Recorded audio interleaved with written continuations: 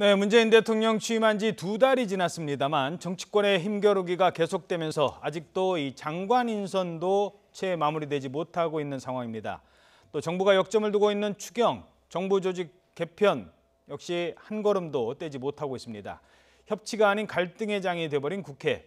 지금부터 짚어보겠습니다. 추은호 YTN 해설위원 김광삼 변호사입니다. 안녕하십니까? 네, 안녕하세요. 예. 조금 전에 강경 기자가 국회 상황을 전해왔는데 마지막 문장이 현재로서는 열리지 못할 그렇습니다. 가능성이 크다, 본회의가. 지금 어떤 상황입니까? 지금 오늘 이제 그 7월 임시국회가 오늘 본회의가 있고 마지막 날인 18일 본회의 이렇게 두 차례가 예정이 돼 있습니다. 예. 오늘 본회의에서는 여러 인사 안건들을 처리하기로 예정이 돼 있는데 본회의를 열 수는 있습니다. 여당 단독으로라도 열 수는 있습니다. 이게 그 의사 정족수가 5분의 1 이상이기 때문에 열 수 있지만은 예. 오늘 처리해야 될 안건들이 인사 문제 아닙니까? 그렇죠. 인사 문제를 처리하려면은 제적 과반 이상의 출석에 과반 이상의 찬성. 과반 찬성입니다. 그러면은 안건 자체가 뭐 회의는 열더라도 안건 자체가 상정이 돼서 처리될 수가 없는 구조라는 거죠. 무의미해지는 거죠. 그래서 오늘 그 본회의가 열릴지 여부는 불투명합니다. 국민의당이 불참 의사를 밝히고 있기 때문에 그거는 지금 협상을 진행하고 있는데 그 결과를 좀 봐야 될 것 같습니다. 그 지금 송영무 조대엽 두 장관 후보자 2, 3일 정도 연기한다고 그랬거든요. 그렇습니다. 청와대가 연기를 하게 된 뭐 배경이라고 할까요? 어떤 의도가 있을까요? 가장 그 결정적인 계기가 된 것은 우원식 더불어민주당 원내대표가 어제 청와대에 전화를 한 것 같습니다. 예. 전화를 해서 지금 이렇게 국회가 꽉 막혀 있으니까 지금 당장 임명을 하면은 그 안 그래도 꼬인 그 전국이 더 경색된다. 그러니까 며칠만 더 좀 연기를 해달라. 그 동안에 마지막 야당을 설득하기 위한 노력을 진행하겠다라고 이렇게 요청을 했고요. 예. 문재인 대통령이 이런 그 박수현 대변인 표현에 따르면은 당의 간곡한 요청을 받아들여서 며칠 더 그 시간을 보겠다라고 이렇게 표현했습니다. 임명을 제고하겠다라고 하는 표현은 전혀 없습니다. 그러니까 청와대 입장으로서는 인사 문제는 인사 문제고 추경은 추경이고 정부조직법은 정부조직법이다. 별개의 문제다라고 생각을 하고 있는 것 같고요. 그동안에 지금 여당에서 한 명을 낙마시키면 어떠느냐라는 그런 타협론도 제기가 되고 여러 가지 의견이 제기가 되고 있는 상황이지만은 예. 지금 오늘 그 박수현 청와대 대변인의 발표를 보면은 며칠 여유를 갖고 야당을 설득하고 그래도 안 되면은 임명하겠다라는 행간에 담겨 있는 것이 아닌가 저는 그렇게 읽고 있습니다. 그러니까 2, 3일 연기가 사실 임명 철회 쪽에 기울여진 결정이라기보다는 좀 더 설득을 하고 끝까지 하는 모습을 보이겠다. 그렇습니다. 청와대 입장으로서는 그 중에 한 명이라도 낙마시켰다고 해서 그러면 전국이 풀릴 것이냐라고 하는 부분에 대해서는 자신감을 갖지 못하고 있는 거죠. 예. 야당 어느 누구도 그걸 또 보증을 못 해주는 거니까 그 부분에 대해서 청와대의 고민이 깊은 것 같습니다. 예. 네. 예. 민주당에서 이제 간곡한 요청을 한 이유는 분명히 있을 겁니다. 일단 명분쌓기라고 볼 수도 있는 거죠. 그래서 청와대에서 좀 며칠간 여유를 달라는 의미는 한번 야당을 설득해보겠다는 거잖아요. 근데 야당을 설득하는 데 있어서 지금 야당 자체는 둘 다 안 된다는 거잖아요. 송영무 조대 후보자가 둘 다 불가하다 이런 입장이기 때문에 둘을 다 임명을 하는 걸로 설득은 될 수 없는 거예요. 그러면 적어도 한쪽의 후보자는 안고 하고 한 명은 이제 포기하겠다 이제 그런 취지를 전달해서 그 부분에서 만약 협상이 된다고 하면 결국 제가 볼 때는 아마 청와대 측에서도 한 명은 포기하는 그런 방향으로 갈 수 있다고 봅니다. 그런데도 불구하고 만약에 어떤 협상이 되지 않는다고 하면 청와대 입장에서는 어차피 뭐 둘 다 임명하나 한 명을 버리고 한 명을 안고 가나 결과는 똑같지 않겠습니까? 그러면 청와대 입장에서는 임명을 할 수밖에 없는 상황이 올 거예요. 그래서 일단 여유 말미를 달라는 여당의 입장은 적어도 한 명의 카드는 포기하고 한 명의 카드는 안고 가는 방향으로서 협상이 되면 한번 그 방향으로 가보자. 거기서 제가 볼 때는 청와대 측에서도 어느 정도 추인을 했다고 볼 수 있는 거고요. 그렇지만 협상이 안 됐을 때는 결국 강행할 수밖에 없는 상황이 될 것이다. 저는 개인적으로 그렇게 봅니다. 예. 과거에는 그 정무수석이 이제 이런 사안이 있을 때 정무라인을 통해서 그럼 두 사람 중에 누구가 더 부적격이라고 보십니까? 뭐 이 정도 얘기가 좀 오고 할 수도 있는데 지금 분위기는 어떻습니까? 제가 보기에는 이제 인사 문제는 인사권자는 대통령의 고유 권한이거든요. 이것을 그 여당의 원내대표나 아니면 비서가 나가서 협상 카드로 쓰기에는 좀 무리가 있지 않느냐라는 아하. 생각이 들고요. 예. 청와대 입장으로서는 그 인사 문제, 이 그 노동장관, 고용노동부 장관 또 국방장관 문제는 개혁의 주체들이란 말이죠. 국방개혁 그리고 또 노동개혁의 주체들인데 이런 그 국정 운영의 큰 틀을 그 개혁을 추진할 적임자라고 이렇게 판단한 분들이 낙마된다라면은 국정운영구상에 차질이 빚어진다. 시급한 추경 추경이 아무리 시급하다 그래도 만약에 7월에 통과가 안 된다고 하면은 7월 말 8월 초에 다시 임시국회를 열 수도 있고 그래도 안 된다라면은 8월 말에 결산국회가 반드시 열려야 됩니다. 그때 또 다시 시도해 볼 수 있지 않느냐라는 생각을 하지 않을까라는 추측을 해볼 수 있습니다. 예, 알겠습니다. 여야 힘겨루기가 이렇게 계속되고 있는 가운데 새로운 변수가 생겼죠. 바로 국민의당 제보조작 사건입니다. 여기서도 해법을 찾지 못하고 있습니다. 오히려 갈등이 더욱 고조되는 측면이 있습니다. 오늘 이준서 전 최고위원 영장실질 심사를 조금 전에 막 시작을 했는데요. 민주당과 국민의당의 기싸움이 팽팽하게 이어지고 있습니다. 추미애 민주당 대표의 발언부터 들어보시죠. 지난 4월 1일자 박지원 위원장은 이렇게 언론에 언급했습니다. 문재인 후보의 아들 특채 의혹을 3월 31일 저녁 보고를 받았는데 당의 별도의 팀에서 조사를 하고 있다라고 했습니다. 이것은 이유미 단독이 아니라는 것을 일찍이 밝힌 것입니다. 그리고 이전부터 상당한 준비를 해왔다는 것을 간접적으로 시사한 것이기도 합니다. 그러니까 추미애 대표는 박지원 전 대표도 이미 그때쯤 대략적으로 알고 있었을 것이다 이런 걸 지금 암시하고 있는 겁니까? 그렇죠. 이제 추미애 대표는 이전부터 계속 머리 자르기 이제 그런 식으로 얘기를 했어요. 그래서 적어도 박지원 전 대표 아니면 안철수 전 후보가 알고 있지 않느냐. 그중에서 특히 박지원 전 대표에 굉장히 집중적으로 포화를 날리고 있죠. 그래서 이 부분에서 사실 여당의 대표로서 뭐 대선에서 어떤 증거 조작, 제보 조작 이건 굉장히 중요한 의미가 있기 때문에 이제 당연히 그럴 수는 있다고 보는데 좀 추미애 대표가 계속적으로 지금 쉬지 않고 광고를 날리고 있거든요. 그 이유가 뭔가에 대해서 상당히 언론에서 많이 쓰고 있는데 지금 사실 그 국민의당에 대해서도 뭐 포화를 날리지만 그 중에 제일 초점이 되는 게 박지원 전 대표거든요. 근데 박지원 전 대표하고는 그 전에 구민주에 같이 있었고 어떻게 보면 정치적으로 상당히 같이 많이 해왔던 사람이거든요. 그럼에도 불구하고 좀 약간 개인적인 감정도 좀 있고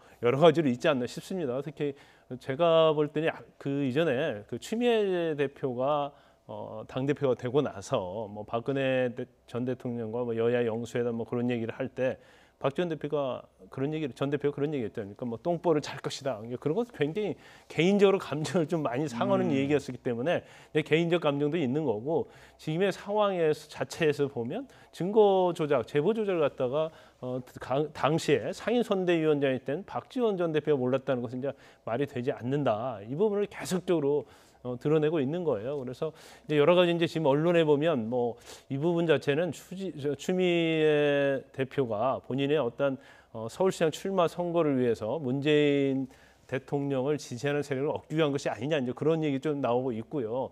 그다음에 국민의당을 일단은 어떻게 해서든지 이제 민주당과의 어떤 관계에 있어서 좀 세력을 좀 약화시키려는 그런 목적이 있다. 이제 그런 얘기도 많이 나오고 있습니다만. 예.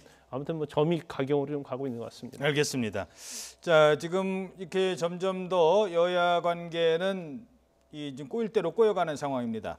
자, 오늘 아침에 국무회의가 있었죠. G20 정상회의 마치고 돌아온 문재인 대통령 주재로 취임 후 두 번째 국무회의가 열리고 있습니다. 조금 전에 있었던 문재인 대통령의 그 발언은 모두 발언이 막 들어왔습니다. 그 얘기 듣고 계속 이어가도록 하겠습니다.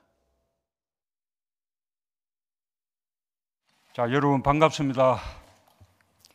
모두들 염려해 주신 덕분에 잘 다녀왔습니다. 어려운 상황 속에서 아주 벅찬 일정이었는데 다행히 미국 방문에 이어서 G20 회의와 함께 많은 단독 회담들을 통해 적지 않은 성과를 거뒀다고 자평하고 싶습니다. 북한의 핵과 미사일에 대한 우리 정부의 입장을 모든 나라들로부터 지지받았고 또 북핵 문제가 G20의 의제가 아닌데도 불구하고 우리의 문제 제기에 의해서 국제적인 공감대를 이끌어낼 수 있었던 것은 아주 큰 성과였다고 생각합니다. 한미일 첫 정상 만찬회담을 통해서 북핵과 미사일에 대한 공동 대응 방안을 합의할 수 있었던 것도 큰 성과였고 또 베를린을 방문하는 기회에 퀘르브 재단 연설을 통해서 우리 정부의 한반도 평화 구상을 밝힐 수 있었던 것도 큰 의미가 있었다고 봅니다.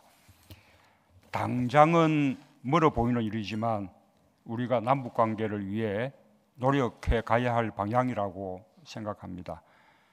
북한이 선택할 수 있는 길도 그 길밖에 없다고 봅니다. 북한의 호응을 기대해 봅니다. 하지만 그런 성과들에도 불구하고 아직도 북핵 문제 해결의 길이 열리지 않았다는 사실과 당장 북한의 탄도미사일 도발에 대한 국제적 제재 방안에 대한 합의를 이끌어내는 것부터가 쉽지 않다는 현실을 우리는 엄중하게 받아들여야 합니다.